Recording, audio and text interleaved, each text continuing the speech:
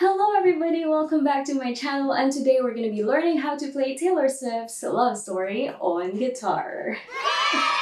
No, we're not going to do that. More like we're learning how Taylor Swift's love story is based on a literary classic, and so are many other popular songs. We were both young when I first saw you. Literature and music have been intertwined since time immemorial. In fact, even before the very concept of art came to being, stories and music have long been on similar paths, responding to the common impulse intrinsic to humanity. They both have ancient origins that lie at the heart of traditions, narratives, cultural practices, and even leisure activities in everyday life. According to Brown in 1970, literature and music, usually combined with dance, arose as a single activity. They share the same evolutionary foundations and have been addressing the referential and emotive aspects of society since prehistoric period.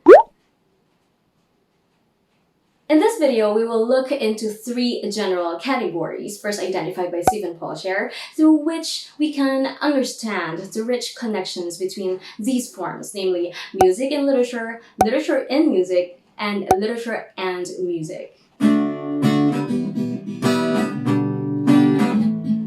Figuratively, the acoustic quality of music is found in literature. There is musicality in language. Some authorities even propose that literature is a form of musical performance. This is because words and sentences have musical qualities and there is no harsh break between singing and speaking per se. For instance, although Shakespearean dramas may sound like, "O Romeo, Romeo, wherefore art thou Romeo? Deny thy father and refuse thy name, or if thou wilt not, I'll no longer be a Capulet." We still get the feels of it, right? We also enjoy listening to loud readings of Beowulf or Inferno, even when we do not know exactly the freaking words.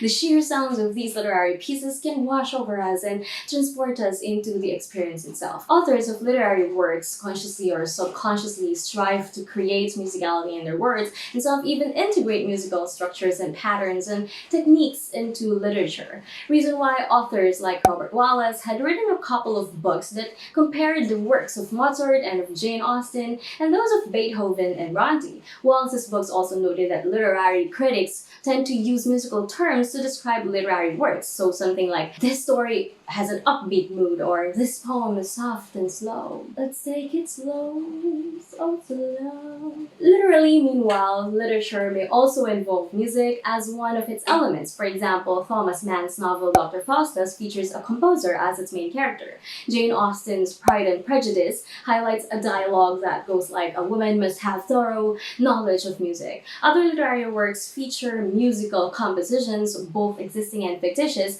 and the presence of music as a driving force in literary stories can also help readers to relate to fictional situations and characters. Aww.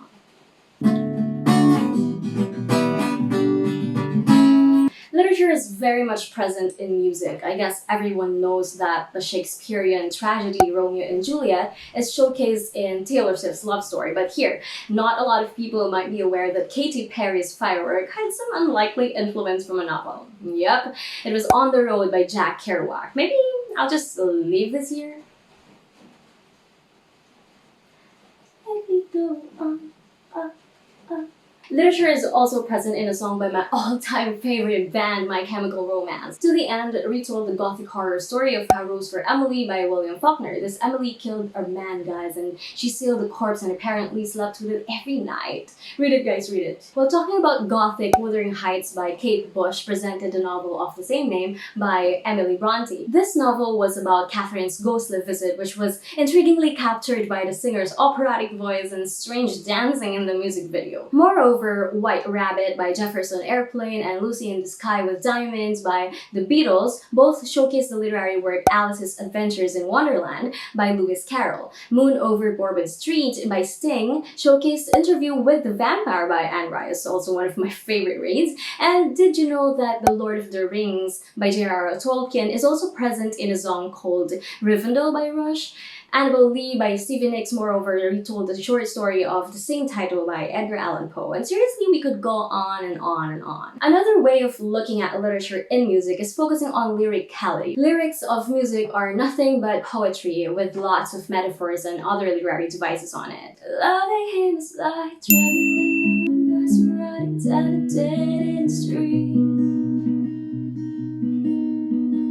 faster than the wind, passion is so suddenly. It is also a narrative. It got characters to introduce, a story to tell. Beauty queen of only 18, she has some trouble with herself. He was always there to help her. She always belonged to someone else. Every song has an enduring artistic expression. Any of us might have related to a song at some point in our lives, and musicians will say that music is language itself. It communicates with us effectively through the fluid combination of vocals, instruments, and everything. Specifically, popular music today captures significant and universal human experiences in under 3 minutes. The literature conveyed in music is so powerful that it's enough for a single song to be someone's life song. Literature and music can literally be present at the same time. Musical plays like Into the Woods, Miss Saigon, and Ang Huling El Bimbo all magnificently portray literature and music together on stage. Spoken word poetry performances can also incorporate music in which the spoken and the sung words mix gracefully and fluidly. Other pop culture forms like movies and television would always have distinct soundtracks.